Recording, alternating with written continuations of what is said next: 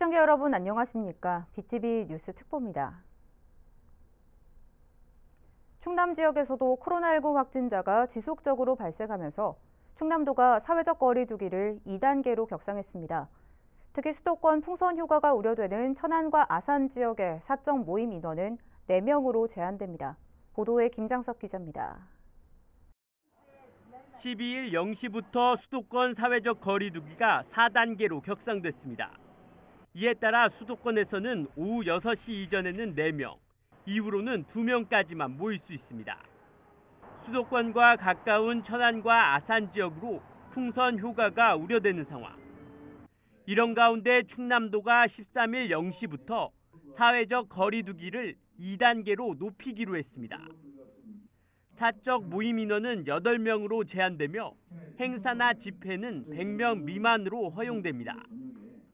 특히 최근 확진자가 증가하고 있고 수도권 풍선 효과로 감염 확산이 우려되는 천안과 아산 지역은 사적 모임 인원을 4명으로 제한하는 강화된 거리 두기를 적용키로 했습니다. 다만 백신 접종자의 경우 제한 인원에서 제외됩니다.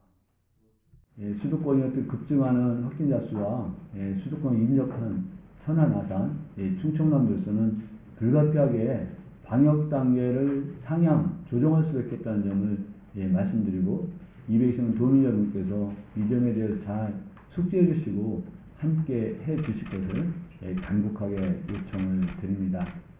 이에 따라 충남 지역 유흥시설 5종과 콜라텍, 노래방 등은 24시 이후 운영할 수 없습니다. 식당과 카페는 24시 이후 포장 배달만 허용됩니다.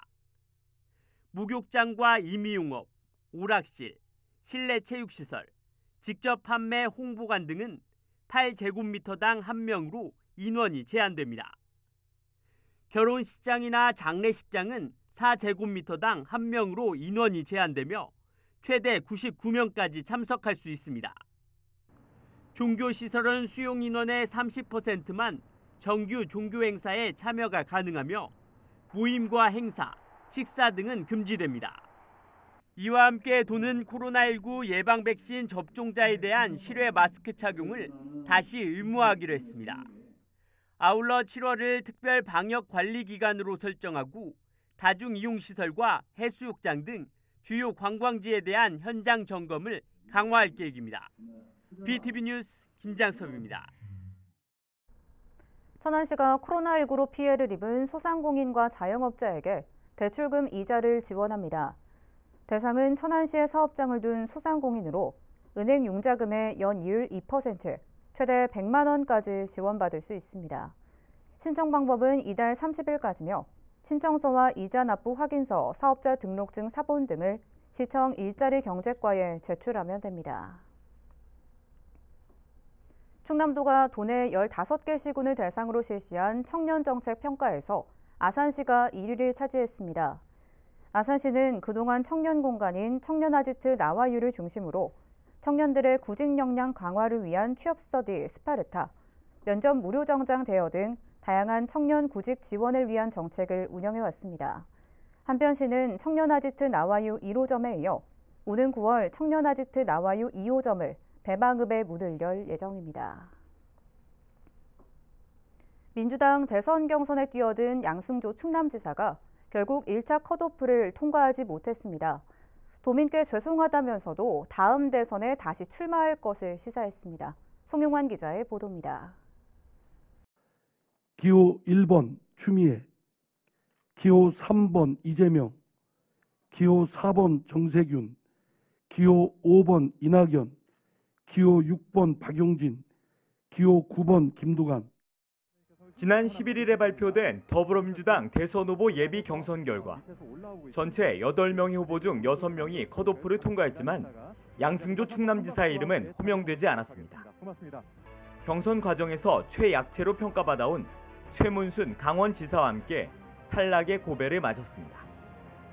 양 지사는 이튿날 기자 간담회를 열고 좋은 결과를 보고드리지 못해 죄송하다며 도민께 사과했습니다.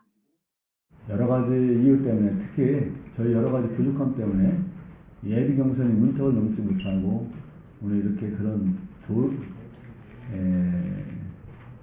좋은 그 승리의 결과를 보고 드리지 못해 대단히 죄송하다 생각하고 그런 말씀을 드립니다. 또 전날 자신의 SNS에는 5년 후 반드시 돌아와 승리하겠다며 대선에 재도전하겠다는 뜻을 밝히기도 했습니다. 한편 국민의힘 충남도당은 이번 경선 결과에 대해 양 지사의 충청 대망론이 충청 대망신으로 막을 내렸다며 혹평을 쏟아냈습니다. BTV 뉴스 송용환입니다. 세종시가 어린이 통학버스를 운행하는 체육시설 36곳을 대상으로 안전점검을 실시합니다. 이번 점검은 세종경찰서 한국교통안전공단과 합동으로 진행하며 최근 1년 이내 신고 또는 등록된 체육시설의 어린이 통학버스가 대상입니다. 주요 점검 항목은 어린이 보호 표지 부착 여부를 비롯해 종합보험 가입이나 운전자 안전교육 이수 여부 등입니다. 아산시가 여름방학 결식 우려 아동에 대한 급식을 지원합니다. 지원 대상은 결식 우려가 있는 기초생활수급가구 아동을 비롯해 차상위 계층 아동과 기준 중위소득 52% 이하 가구의 아동이며 방학 중 점심 도시락이 지원됩니다. 신청은 오는 16일까지 읍면동 행정복지센터 또는 복지로 사이트를 통해 하면 됩니다. 아산시가 정부에서 올해 처음 도입한 국민취업지원제도 서비스를 본격 운영합니다. 국민취업지원제도는 저소득층이나 청년 구직자, 경력단절 여성 등 취업 취약계층을 대상으로 취업 지원 서비스를 제공하는 서비스입니다. 지원자에게는 이력서 작성을 비롯해 면접 코칭 등 동기부여 특화 서비스가 제공되며 지역 내 적합한 일자리를 알선해주고 취업 이후 직장 적응과 고용 유지를 위한 개인별 사후 관리도 지원됩니다. 특히 저소득 구직자에게는 생계 안정을 위해 최대 300만 원까지 지원됩니다. 서비스 신청을 희망하는 시민은 아산시 고용복지 플러스 센터를 방문하거나 국민취업지원제도 홈페이지를 통해 신청하면 됩니다.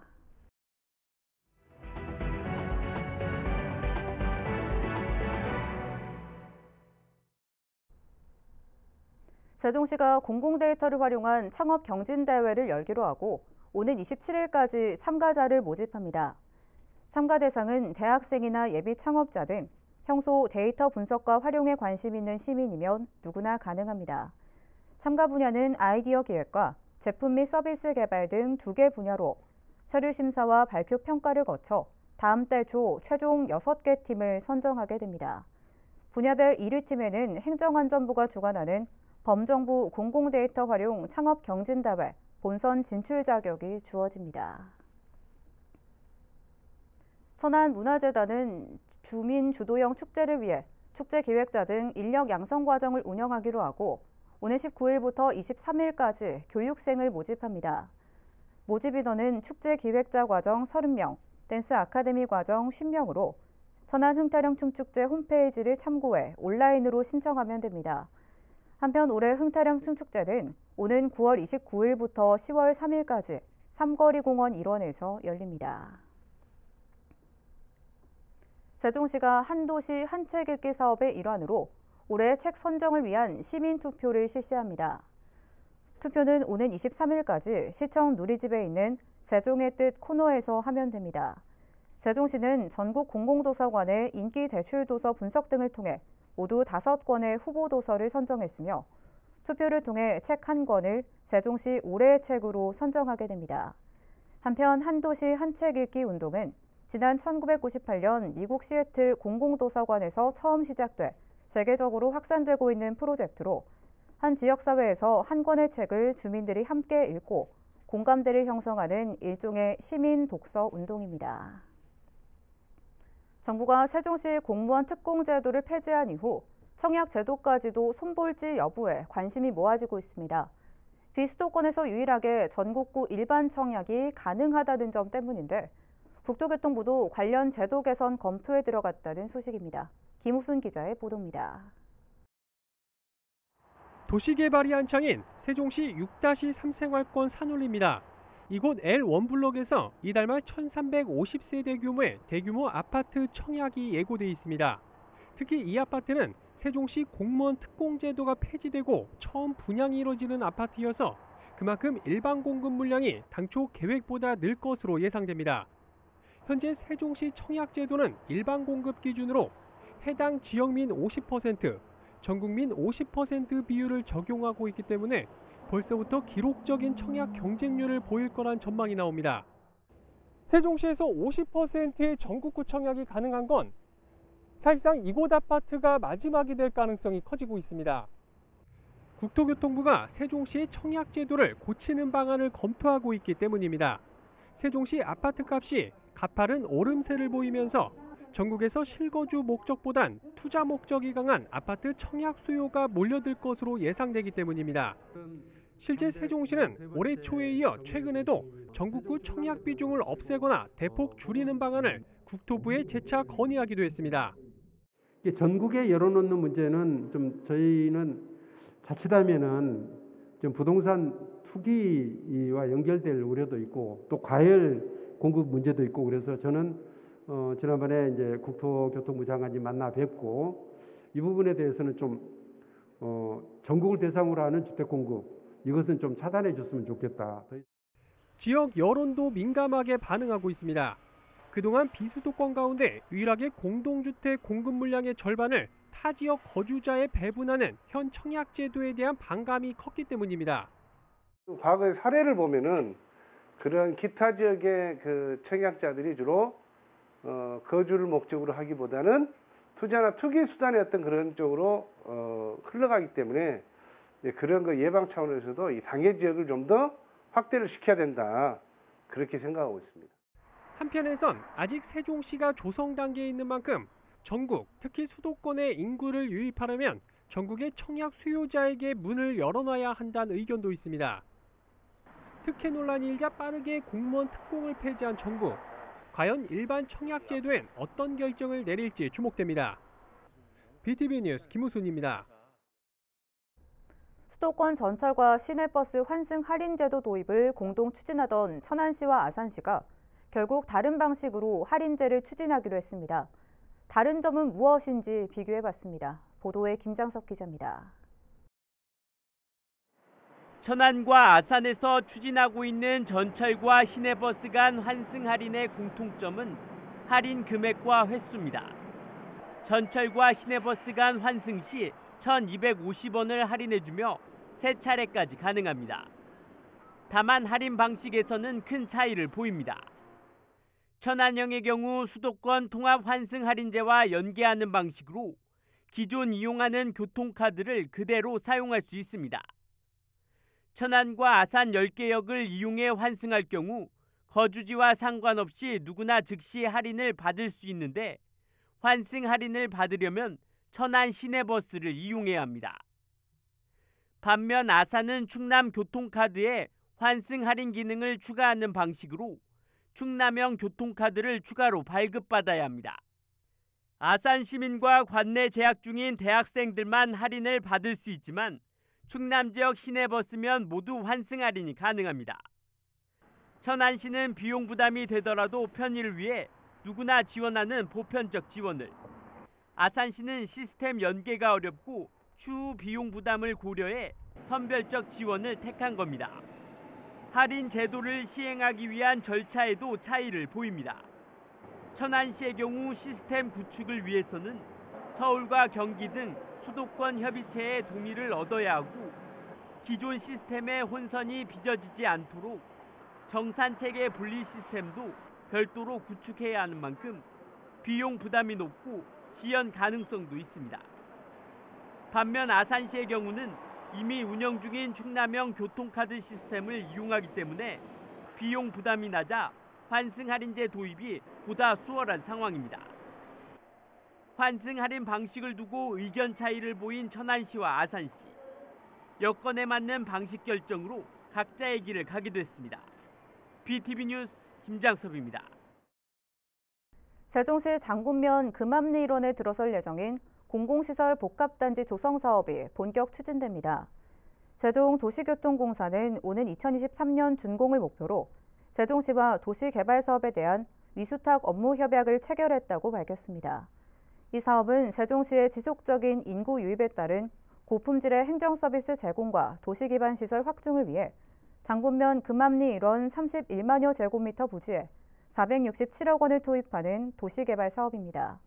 해당 부지는 행복도시에서 남서쪽으로 불과 3km밖에 떨어져 있지 않고 국지도 96호선과 인접해 있어 접근성이 매우 뛰어나다는 장점이 있습니다. 아산 염치읍에 있는 송곡도서관이 국토교통부의 도시재생 인정사업에 선정됐습니다. 시는 국도비 41억 원을 포함해 총 57억 원으로 도서관에 대한 리모델링 작업을 실시할 예정입니다. 새로 조성되는 공간은 송곡은행나무 창작마루라는 이름으로 주민소통광장과 동아리 공간, 로켓마켓 등을 조성할 계획입니다. 또 지역 예술가들이 활동할 수 있는 은행나무 창작 공방과 크리에이티브 공간도 마련돼 공동체 활성화와 함께 관광객을 위한 볼거리도 제공할 계획입니다. 최근 6주 연속 하락세를 보이던 세종시 아파트 매매가가 상승세로 돌아선 것으로 나타났습니다. 한국부동산원이 발표한 7월 첫째 주 기준 아파트 가격 동향을 보면 세종시의 아파트 매매 가격은 0.01% 소폭 상승하고 전세 가격은 0.12% 하락했습니다.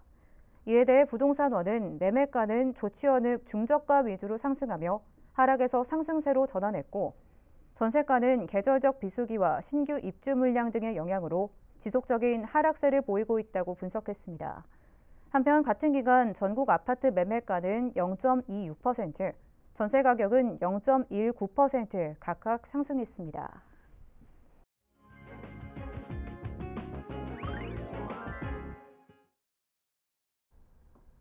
알기 쉬운 건강상식 코너입니다.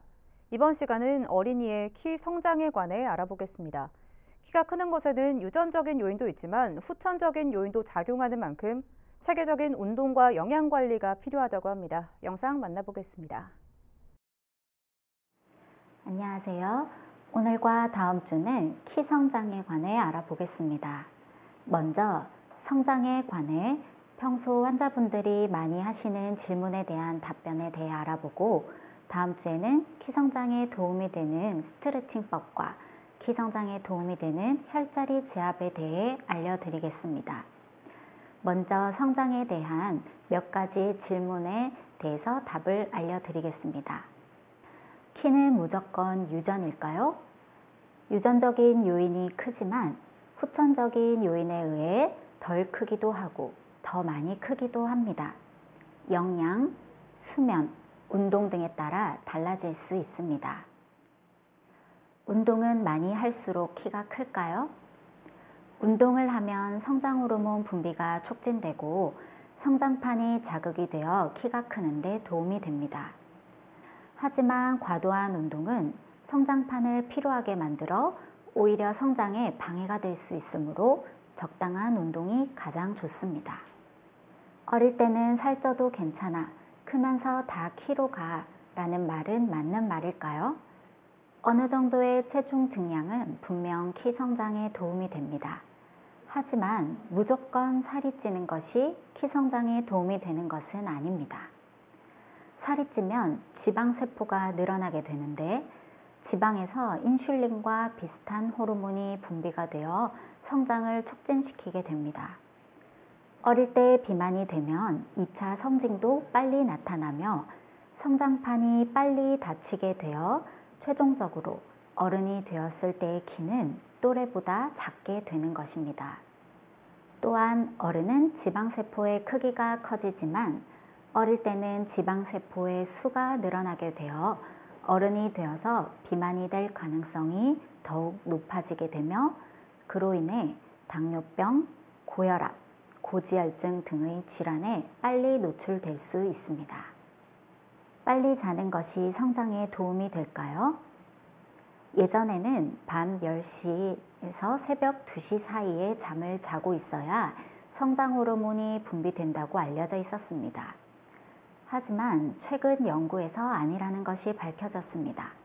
성장 호르몬은 시간대가 중요한 것이 아니라 얼마나 깊이 잠드느냐가 중요한 것입니다. 수면은 1, 2, 3, 4단계로 나눌 수 있는데 가장 깊은 수면인 4단계에서 성장 호르몬이 가장 왕성하게 분비됩니다. 성장판이 닫히면 키 성장이 끝난 건가요? 성장판이 닫히면 다리뼈의 길이는 자라지 않지만 척추는 더 자랍니다.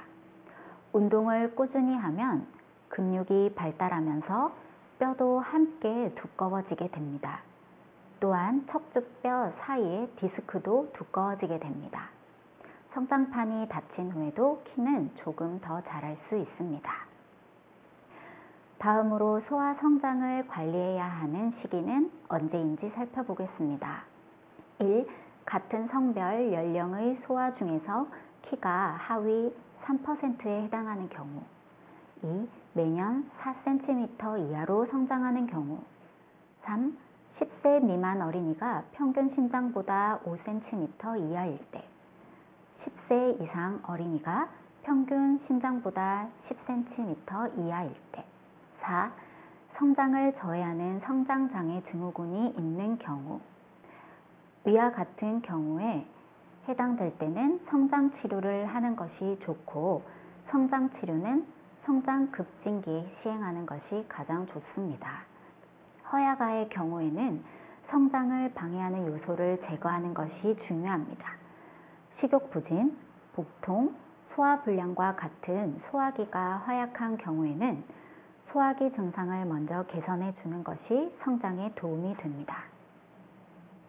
다음 시간에는 키 성장에 도움이 되는 스트레칭법과 키 성장에 도움이 되는 혈자리 지압에 대해 알려드리겠습니다. 이어서 우리 지역 구인 구직 정보를 알려드립니다.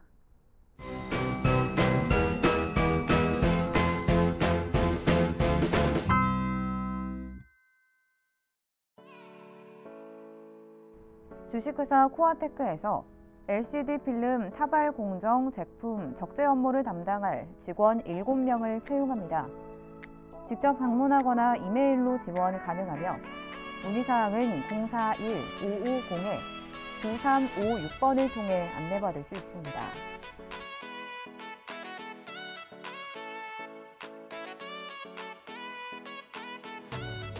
주식회사 동양건기에서 트레일러 기사 업무를 담당할 직원 1명을 채용합니다.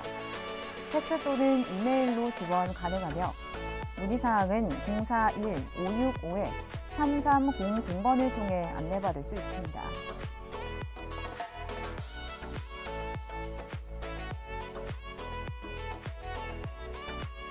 주식회사 TTCM에서 산업용 기계 제작 업무를 담당할 직원 2명을 채용합니다.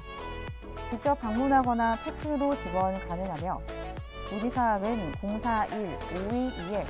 041-522-2305번을 통해 안내받을 수 있습니다.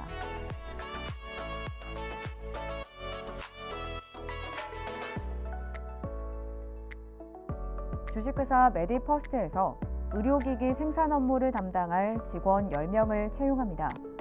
직접 방문하거나 팩스로 지원 가능하며 문의사항은 041-522-2650번을 통해 안내받을 수 있습니다.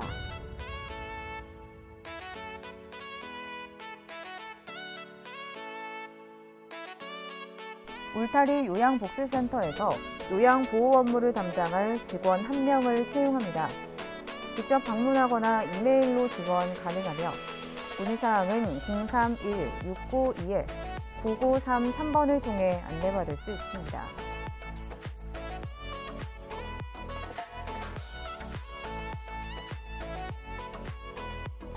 주식회사 한바체인 천안지점에서 배송기사 1명을 채용합니다.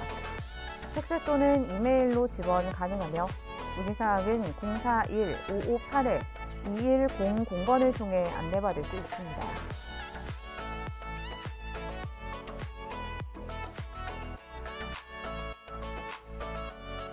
주식회사 이든엠텍에서 파이프 CNC 밴딩 업무를 담당할 직원 2명을 채용합니다. 직접 방문하거나 이메일로 지원 가능하며 문의사항은 041-543-9339번을 통해 안내받을 수 있습니다.